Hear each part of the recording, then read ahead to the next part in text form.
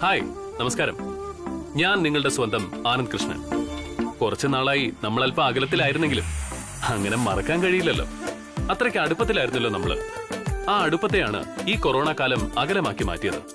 എങ്കിലും അവരവരുടെ വീടുകളിൽ തന്നെ നിന്ന് മനസ്സിന്റെ ഒരുമ കൊണ്ട് കൊറോണ കാലത്തെ അതിജീവിച്ച് ഞങ്ങൾ വീണ്ടും നിങ്ങൾക്ക് മുന്നിൽ എത്തുകയാണ്.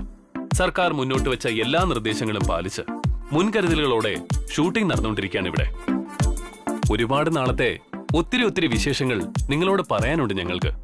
അതെല്ലാം സീരിയലിലൂടെ നിങ്ങൾക്ക് കാണാം. നിർത്തിയെടുത്തു നിന്നും തുടങ്ങുമ്പോ ഇനി അങ്ങോട്ടുള്ള കഥയ്ക്ക് പറഞ്ഞറിയിക്കാനാവാത്ത പിരിമുറുക്കവും ശക്തിയുണ്ട്. ഇത് വെറുതെ പറയുന്നല്ല കേട്ടോ. ആ ഒരു ത്രില്ലോട് കൂടിയാണ് ഞങ്ങൾ നിങ്ങൾക്ക് മുന്നിലേക്ക് വരുന്നത്. കാണാൻ പോകുന്ന പൂരം പറഞ്ഞറിയിക്കേണ്ടെന്നല്ലേ? ഇങ്ങനെ രാവും പകലും ഇല്ലാതെ കറങ്ങി നടക്കുന്നത് നിനക്ക് പറഞ്ഞിട്ടുള്ളതേ ഹോട്ടലുകളാ. അതാവുമ്പോ എന്നെ കൊണ്ട് പറയിപ്പിക്കണ്ട. നിനക്ക് എങ്ങനെ ഇത്ര നിലവാരമില്ലാതെ സംസാരിക്കാൻ കഴിയുന്നു? അതെങ്ങനെ മനസ്സിലുള്ളതാണല്ലോ നാവിൻ തുമ്പിലേക്ക് വരുന്നത്. അരവിന്ദേ, നിന്റെ ഈ വാക്കുകൾക്കുള്ള മറുപടി ഞാൻ പറഞ്ഞ പിന്നെ നീയും ഞാനും തമ്മിൽ എന്ത് വ്യത്യാസം ഉള്ളത്? ഒരു കാര്യത്തിലേ എനിക്കിപ്പോ വിഷമമുള്ളൂ. നീ ഈ തൃച്ചംബരത്ത് അഖിലാണ്ടേശ്വരിയുടെ വയറ്റിൽ തന്നെ തീർന്നല്ലോ.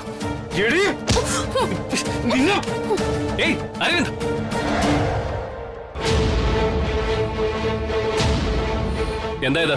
ബ്രോ, ഇവള് വെറുതെ. നന്ദന പോ. നന്ദന, ഞാനാ പറയുന്ന പോ.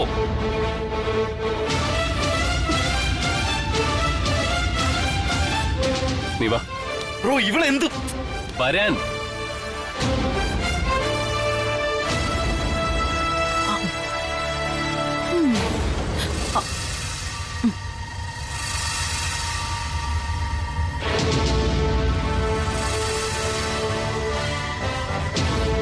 നന്ദനെ,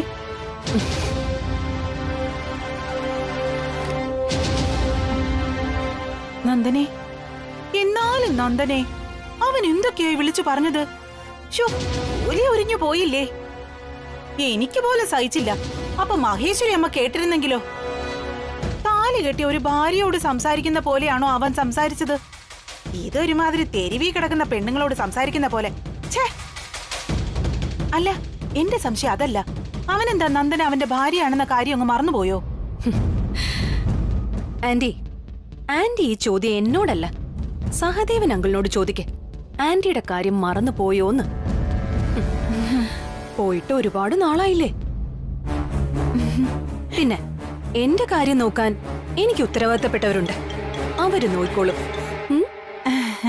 ആന്റി അതോർത്ത് കഷ്ടപ്പെടണ്ട.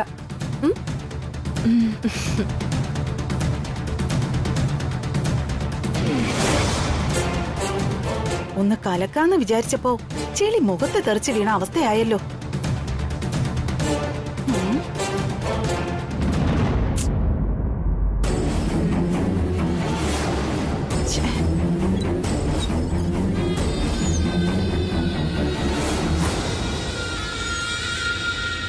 നിങ്ങളെ രണ്ടിനെയും രണ്ട് പാത്രത്തിലാക്കിയിട്ടേ ഇനി ഈ വിലാസിനിക്ക് ഉറക്കമുള്ളൂ.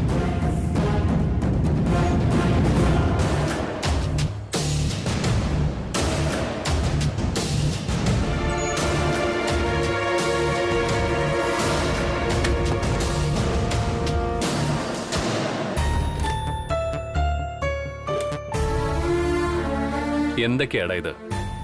നേർക്ക് നേരെ കണ്ടപ്പോ തന്നെ തുടങ്ങിയോ? കഷ്ടം തന്നെ. എന്റെ ബ്രോ, ഞാൻ അപ്പോഴേ തലയിൽ കൈവച്ച് പറഞ്ഞതല്ലേ അവളുമായിട്ടുള്ള മുന്നോട്ടുള്ള ജീവിതം ശരിയാവില്ലെന്ന്. മനുഷ്യന്റെ മനസ്സമാധാനം കെടുത്താനായിട്ടും. അരവിന്ദ്, നിങ്ങളുടെ പിടിവാശി കൊണ്ട് ഇല്ലാതാകുന്നത് നിങ്ങളുടെ ജീവിതമാണെന്ന് ഓർക്കണം. എന്ത് പിടിവാശി ബ്രോ? അവൾ എന്നോടൊപ്പം ജീവിക്കാൻ വേണ്ടി വന്നാണെന്നാണോ ബ്രോ കരുതുന്നത്? എന്റെ ഉള്ള മനസ്സമാധാനം കളയാനായിട്ട് അവളുടെ വരവ്. എനിക്കറിയാവുന്നിടത്തോളം അവളെവിടെ ആർക്കും അറിയില്ല. അന്ന് അച്ഛനെ ധിക്കരിച്ച് ഇറങ്ങിപ്പോയവളെ പിന്നീട് ഈ തൃച്ചംബരത്ത് കയറ്റരുതായിരുന്നു. അവള് നല്ലൊരു തിരക്കഥ ഒരുക്കി അവളുടെ തന്തയ്ക്ക് മെയിൻ വേഷം കൊടുത്ത് കൊണ്ടുവന്ന് 4 സെന്റി ഡയലോഗ് അടിച്ചപ്പോഴേക്കും ബ്രോയും അച്ഛനും അമ്മയൊക്കെ അങ്ങോട്ട് വീണു. അന്നേ എനിക്ക് അറിയായിരുന്നു അത് ശാശ്വതമല്ലെന്ന്. എല്ലാം അവളുടെ പ്ലാനിങ് ആയിരുന്നു. അതുകൊണ്ട് തന്നെയാ ഞാൻ അവളെ മൈൻഡ് ചെയ്യാൻ നടന്നിരുന്നത്. അരവിന്ദ്, ജീവിതത്തിൽ ചില വിട്ടുവീഴ്ചകൾ ഉണ്ടെങ്കിലേ ബന്ധങ്ങൾ മുന്നോട്ട് പോകൂ. വിട്ടുവീഴ്ചകള് ഇതുപോലുള്ള അർത്ഥമില്ലാത്ത ബന്ധങ്ങളാണെങ്കിലേ പൊട്ടിപ്പോന്ന ബ്രോ നല്ലത്. സ്വയം പൊട്ടിയില്ലെങ്കിൽ നമ്മൾ പൊട്ടിച്ചെറിയണം. ദേ, ഇപ്പൊ ഇവിടെ അച്ഛനും അമ്മയും ഒന്നുമില്ല. ഞാൻ പറയുന്നത് നീ അനുസരിക്കണം. അനുസരിച്ചേ പറ്റൂ. ഈ കാര്യം ഒഴിച്ച് എന്റെ ബ്രോ പറയുന്ന മറ്റെന്ത് കാര്യവും ഞാൻ കേൾക്കാം. ഇതെനിക്ക് പറ്റില്ല. തെറ്റ് വന്നാൽ അത് തിരുത്തി പോണം. അതേ ഉള്ളു വഴി. അതിന് തെറ്റ് സംഭവിച്ചാലല്ലേ തിരുത്തേണ്ട കാര്യമുള്ളൂ. തെറ്റ് സംഭവിച്ചത് അവൾക്കാ. ആ തെറ്റ് തിരുത്താൻ അവള് തയ്യാറുമല്ല. ആര് പറഞ്ഞു തയ്യാറായില്ലെന്ന്? ദേ, നന്ദന ഒരിക്കൽ പിണങ്ങി പോയിട്ട് പോലും തെറ്റ് ബോധ്യപ്പെട്ട് തിരികെ വന്നവളാ. അതിന്റെ കാര്യവും ഞാൻ നേരത്തെ പറഞ്ഞത്. അത് വെറും നാട്ടിയിരുന്നു എന്റെ ബ്രോ. നീ പറയുന്ന പോലെയൊന്നും അല്ല കാര്യങ്ങള്. ദേ, ഞാൻ പറയുന്നത് കേൾക്ക്. ജീവിതമാകുമ്പോ പല പ്രശ്നങ്ങളും ഉണ്ടായെന്ന് വരും. നീ കാണിച്ചു കൂട്ടുന്ന ഓരോ പ്രവൃത്തിയിലും അറിഞ്ഞോ അറിയാതെയോ ഞാനും കൂടി കുറ്റക്കാരനാവുക. ഓ, ബ്രോ എന്താ പറഞ്ഞു വരുന്നെന്ന് എനിക്കറിയാം. തൽക്കാലം ഈ കാര്യത്തിൽ യാതൊരു വിട്ടുവീഴ്ചയ്ക്കും ഞാനില്ല. അരവിന്ദേ, ദേ, ബ്രോ കൈയെടുക്ക്. ബ്രോ കൈയെടുക്കാൻ.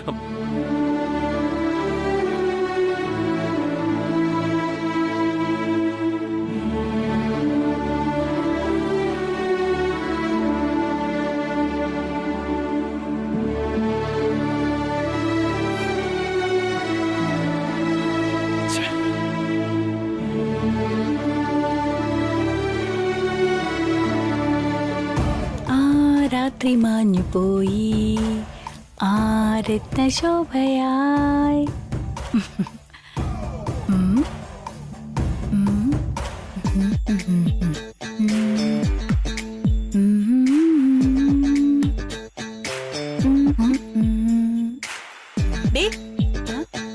എഴുന്നേക്ക്.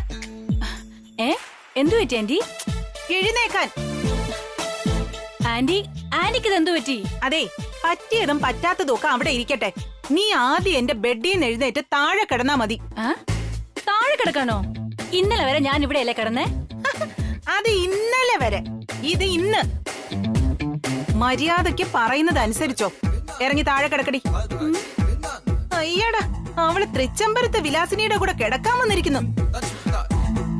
അതെ, ഇന്ന് മുതൽ തൃച്ചംബരത്തിന്റെ ഗൃഹനാഥൻ ഞാനാ. അത് നീ അങ്ങ് മറന്നുപോയോ? ഓ, അതാണോ കാര്യം? അല്പന ഐശ്വര്യം വന്നാ അർദ്ധരാത്രി കൊട പിടിക്കുന്ന കേട്ടിട്ടുണ്ട്. ഇത് അതിലും കൂടിപ്പോയി. ഇനി എന്തൊക്കെ കാണണോ ആവോ? എന്താടി നിനക്കൊരു പിറുപിറുപ്പ്? തറയെ കിടക്കാൻ ബുദ്ധിമുട്ടാണെങ്കിലേ ഹാളിലെങ്ങാനും പോയി കിടന്നോണം. അയ്യോ, പിറുപിറുത്തൊന്നും അല്ല, ഒരു പാട്ട് പാടിയതാ. 2-4 ദിനം കൊണ്ടൊരുത്തന്റെ തോളിൽ മാറാപ്പ് കേറ്റുന്നതും പാവാൻ. നിർത്ത് നിന്റെ ഒരു ജ്ഞാനപ്പാന. ഇനി നീ മിണ്ടിയ നിന്റെ നാവ് ഞാൻ പിഴുതെടുക്കും. ഓവറാവുന്നുണ്ട്. അമ്മേ,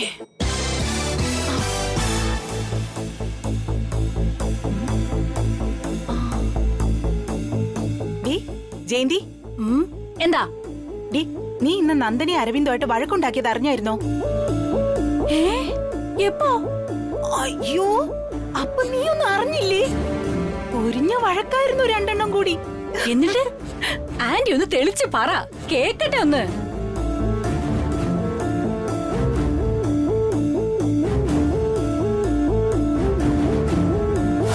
ഇതിനകത്ത് വന്ന് കയറാൻ തന്നെ എനിക്ക് ഉറപ്പാ. അതേടി, നിനക്ക് അറയ്ക്കും. ഇങ്ങനെ രാവും പകലും ഇല്ലാതെ കറങ്ങി നടക്കുന്നത് നിനക്ക് പറഞ്ഞിട്ടുള്ളതേ ഹോട്ടലുകളാ. ഒരു കാര്യത്തിലേ എനിക്കിപ്പോ വിഷമമുള്ളൂ. നീ ഈ തൃച്ചംബരത്ത് അഖിലാണ്ടേശ്വരിയുടെ വയറ്റിൽ തന്നെ പിറന്നല്ലോ.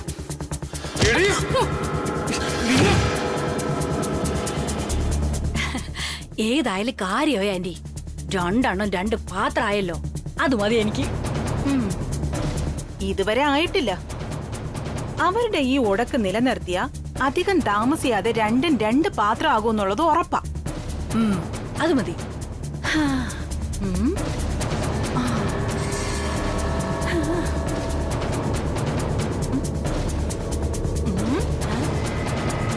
ആഹാ, വീണ്ടും ചുറ്റിപ്പറ്റി കട്ടിലേ കയറിയോ? ഇറങ്ങടി, ഇറങ്ങടി താഴെ. ആ, ഇറങ്ങണോ? ഇറങ്ങാൻ. അയ്യ, പോ. ആ, അവിടെ കിടക്ക്. മിണ്ടുള്ളൂ ഞാൻ.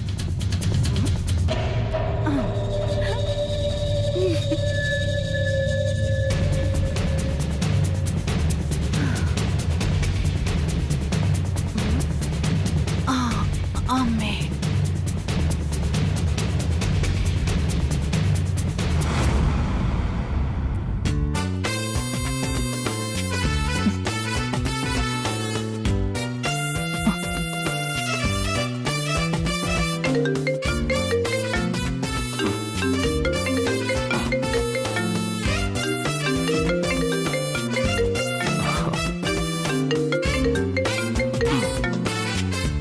ഹലോ കെട്ടിയോളെ.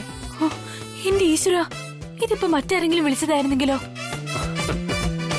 ഈ രാത്രിയിൽ ഈ നമ്പറിൽ നിന്ന് ഇങ്ങനെ കാത്തിരുന്ന് എന്നെ മറ്റാരെ വിളിക്കാൻ എന്റെ കെട്ടിയോളെ? ആ, ഒരു സത്യം പറയട്ടെ, ഞാൻ ദേ ഇപ്പൊ ആഗ്രഹിച്ചതേ ഉള്ളൂ ഈ ശബ്ദം ഒന്ന് കേട്ടിരുന്നെങ്കിലെന്ന്. ചിലപ്പോ അങ്ങനെ വലിയുഞ്ഞേ, നമ്മൾ അറിയാതെ തന്നെ ഒന്ന് കാണാനും ശബ്ദം കേൾക്കാനും ഒക്കെ കൊതിച്ചു പോവും. അത് പ്രണയം കൊണ്ടല്ല, പ്രാണനായതുകൊണ്ടാ. കൊള്ളാം. പണ്ടൊക്കെ നിന്റെ പ്രണയഭാഷ വരെ മൗനമായിരുന്നു. ആ കല്യാണി ഇപ്പോ ഇത്രയൊക്കെ മാറിയല്ലേ? എത്രയൊക്കെ. ഇന്നും പേടിയാ വല്യുഞ്ഞെ. കുറച്ചു നേരം എന്റെ വല്യുകുഞ്ഞിന്റെ അടുത്തിരുന്ന് സങ്കടങ്ങൾ പറയാനും ഒന്ന് മനസ്സ് തുറന്ന് സംസാരിക്കാനും ഒക്കെ എനിക്ക് പേടിയാ. അതുകൊണ്ട് തന്നെ കല്യാണിക്ക് രാത്രികളെ ഇഷ്ടമാ. രാത്രികളിൽ കാണുന്ന സ്വപ്നങ്ങളിൽ ആരെയും ഭയക്കാതെ എന്റെ വല്യുകുഞ്ഞിന്റെ കെട്ടിയോളായി ആ കൈയും പിടിച്ച് ഞാൻ ഒത്തിരി ദൂരം നടക്കാറുണ്ട്.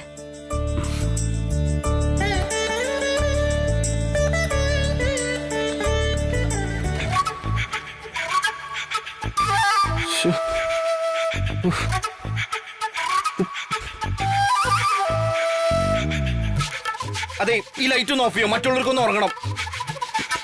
എനിക്ക് ഈ ബുക്ക് ഒന്ന് വായിക്കണം. എനിക്ക് ഉറക്കം വരുമ്പോ ഞാൻ ഓഫ് ചെയ്തോളാം. എന്തൊരു വിദ്യ ദൈവമേ ഇത്. രാത്രി പകല് സ്വസ്ഥത ഇല്ലെന്ന് വെച്ചാ സ്വന്തം കയ്യിലിരിപ്പുണ്ടല്ലേ, അനുഭവിച്ചേ പറ്റൂ. ഒറ്റ ചവിട്ടും.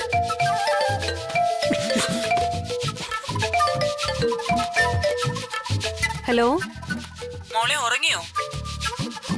ആ, ഉറങ്ങണോ അമ്മേ? ഉറക്കം നടിച്ചു കിടക്കുന്നവരുടെ മുന്നില് ഒരിക്കലും ഉണരാത്തൊരുറക്കം. അന്നേ എനിക്ക് സമാധാനം കിട്ടൂ.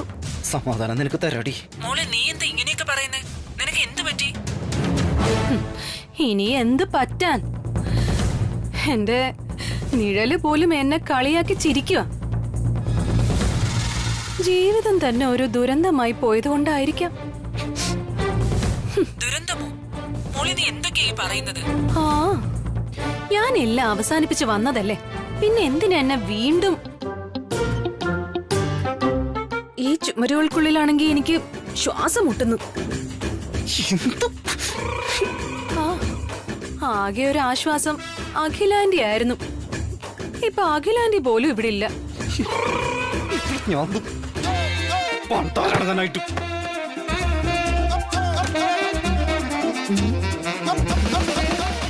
അമ്മേ, അരവിന്ദ് കേക്കാൻ പറഞ്ഞതാ. ഇപ്പതേ ദേഷ്യത്തിൽ ഇറങ്ങി പോയിട്ടുണ്ട്. അതല്ലേ ഞാനും ആലോചിച്ചത്. അപ്പോഴേ എനിക്ക് തോന്നി ഇതുപോലെ എന്തെങ്കിലും ആയിരിക്കുമെന്ന്.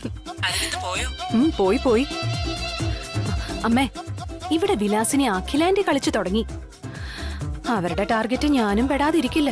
മോള് ധൈര്യമായിട്ടിരിക്കുക. അമ്മ വരാൻ തൃച്ചംബരത്തേക്ക്. എന്താ അതുപോലെ? ആ, ശരി അമ്മേ. ആ, ശരി.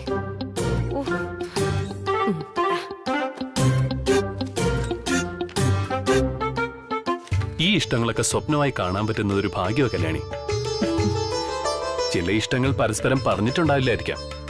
മൗനമായ പ്രണയങ്ങൾ, മഴയോടും വെയിലിനോടും നിലാവിനോടും കാറ്റിനോടും ഒക്കെ സ്വകാര്യമായി പറഞ്ഞ പ്രണയങ്ങൾ. ഞാൻ പിന്നെ വിളിക്കാം. ആ, ശരി വലിയുഞ്ഞെ.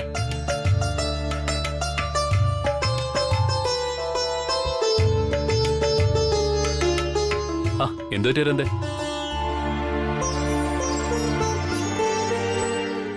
ഒന്നുമില്ല ബ്രോ. ഇന്ന് ഞാൻ ബ്രോയുടെ അടുത്ത് കിടന്നോട്ടെ. ആ എന്തു പറ്റി? വീണ്ടും നന്ദനയുമായിട്ട്? ബ്രോക്ക് ഞാനിവിടെ കിടക്കുന്ന ബുദ്ധിമുട്ടാണ്. ഞാൻ പുറത്തു പോയി കിടന്നോളാം. എന്താണ് ഇതൊക്കെ? നീ എവിടെ ഇരിക്കേ. അച്ഛനും അമ്മയും നിങ്ങളുടെ ഈ സ്വരച്ചേർച്ച ഇല്ലായ്മയെ കുറിച്ച് അറിഞ്ഞു കഴിഞ്ഞാ എന്തുമാത്രം വിഷമിക്കുമെന്ന് അറിയോ നിനക്ക്? എന്റെ വിഷമം എന്താ ആരും മനസ്സിലാക്കാത്ത ബ്രോ? എന്റെ ഭാഗത്ത് ഒരു ശരിയില്ലേ? തെറ്റുകൾ മാത്രം ചെയ്യുന്ന ഒരു ജീവിയാണെങ്കിൽ എല്ലാരും കൂടി അങ്ങോട്ട് ഒഴിവാക്കണം. സ്നേഹിച്ചും താലോലിച്ചും വളർത്തുന്ന നായ്ക്ക് പേ പിടിച്ച നമ്മൾ എന്ത് ചെയ്യും? അടിച്ചു കൊല്ലും അതിനെ. അരവിന്ദ്,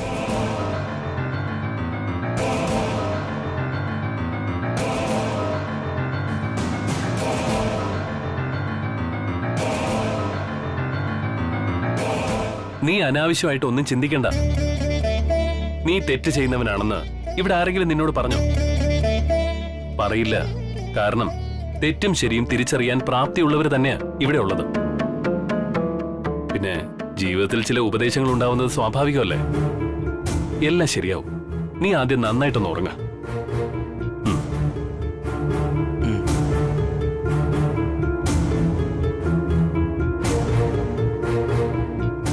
എന്നാ ഈ തലനോടത്തോട്ടെ.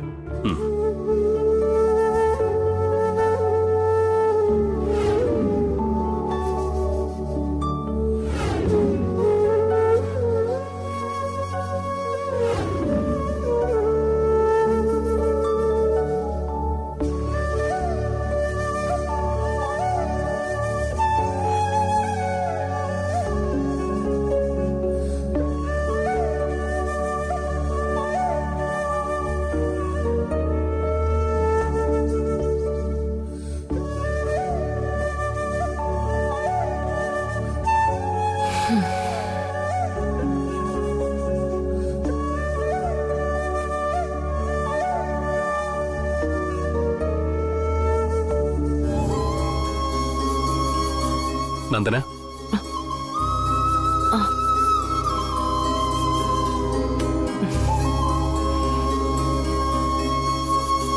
അരവിന്ദ് എന്റെ റൂമിലുണ്ട്. അവൻ അവിടെ കിടന്ന് ഉറങ്ങിക്കോട്ടെ എന്ന് ചോദിച്ചു. അറിയാം, അങ്ങോട്ടായിരിക്കും വന്നതെന്ന്. രാത്രിയും പകലും ഞാൻ കാരണം മനസമാധാനമില്ലല്ലോ. ആനന്ദിനത് കൊടുക്കാൻ കഴിയുമെങ്കിൽ നല്ലതല്ലേ? ഒരാൾക്കെങ്കിലും മനസമാധാനം ഉണ്ടാവുമല്ലോ. നന്ദനെ, അത് ഞാൻ മടങ്ങി വരരുതായിരുന്നു. മറ്റുള്ളവർ എന്ത് വിചാരിക്കുമെന്ന് കരുതി ചെയ്യുന്ന കാര്യങ്ങളാണ് പലപ്പോഴും നമ്മളെ തോൽപ്പിക്കുന്നത്. അതാ എന്റെ കാര്യത്തിലും സംഭവിച്ചത്.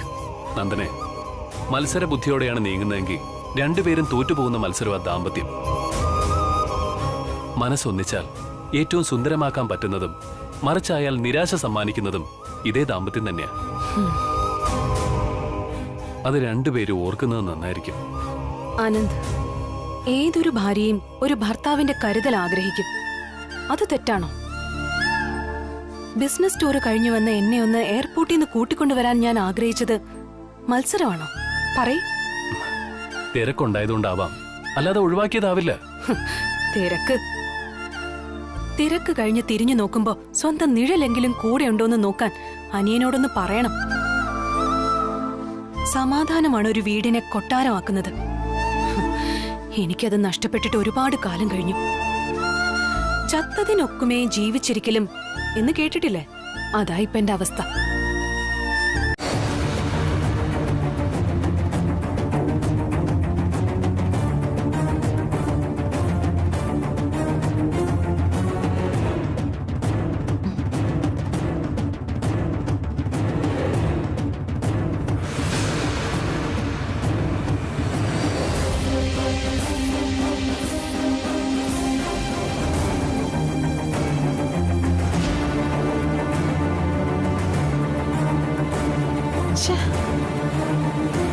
ഇവനെന്താ ഇവിടെ വന്ന് കിടന്നുറങ്ങുന്നേ?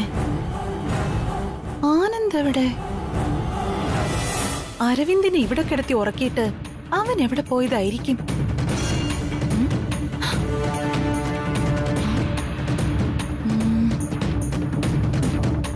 ഇനിയൊരു പക്ഷേ കല്യാണിയെ കാണാൻ ഔട്ട് ഹൗസിലേക്ക് പോയതായിരിക്കൂ. പോയിട്ട് വരട്ടെ. ഇന്ന് കൈയോടെ പിടിച്ചിട്ട് തന്നെ കാര്യം. അഖിലേച്ചിയും ശിവരാമേട്ടനും ഇല്ലാത്ത സമയം നോക്കി രണ്ടുപേരും കൂടി പ്ലാൻ ചെയ്ത പരിപാടിയാ. ആ വരട്ടെ വരട്ടെ. നന്ദനെ, നീ വിചാരിച്ച സ്നേഹം കൊടുത്ത് പിടിച്ചു വാങ്ങാനാവും അവന്റെ മനസ്സ്. അതിന് ശ്രമിച്ചാ മതി, നിനക്ക് സാധിക്കും. ആനന്ദ് ബാച്ചിലർ ആയതുകൊണ്ട് പലതും മനസ്സിലാവില്ല, അറിയില്ല. ഈ പറയുന്ന ദാമ്പത്യത്തിന് ചില അടിത്തറകളുണ്ട്. ആദ്യം അത് ഉറക്കണം. ഇല്ലെങ്കിൽ അത് ആടിയൊലഞ്ഞ് തകർന്നു വീഴും. അങ്ങനെ സംഭവിക്കാതിരിക്കണമെങ്കിൽ കുടുംബത്തിലുള്ള മുതിർന്നവർ കൈത്താങ്ങായി കൂടെ ഉണ്ടാവണം. അല്ലാതെ സഹോദരന് വേണ്ടി താലി കെട്ടിയവളോട് ഉടമ്പടി വയ്പ്പിച്ചിട്ട് ഏട്ടന്റെ അവിഹിത പ്രണയത്തിന് വേണ്ടി ദല്ലാള് പണി ചെയ്യിപ്പിക്കല്ല വേണ്ടത്. നല്ലത് പറഞ്ഞു പഠിപ്പിക്കാനേനെ പറ്റുമെങ്കിൽ അങ്ങനെ ഒരു നല്ല കാര്യം ചെയ്യാൻ നോക്ക്. നന്ദനെ, For God's sake, please leave me alone. Please.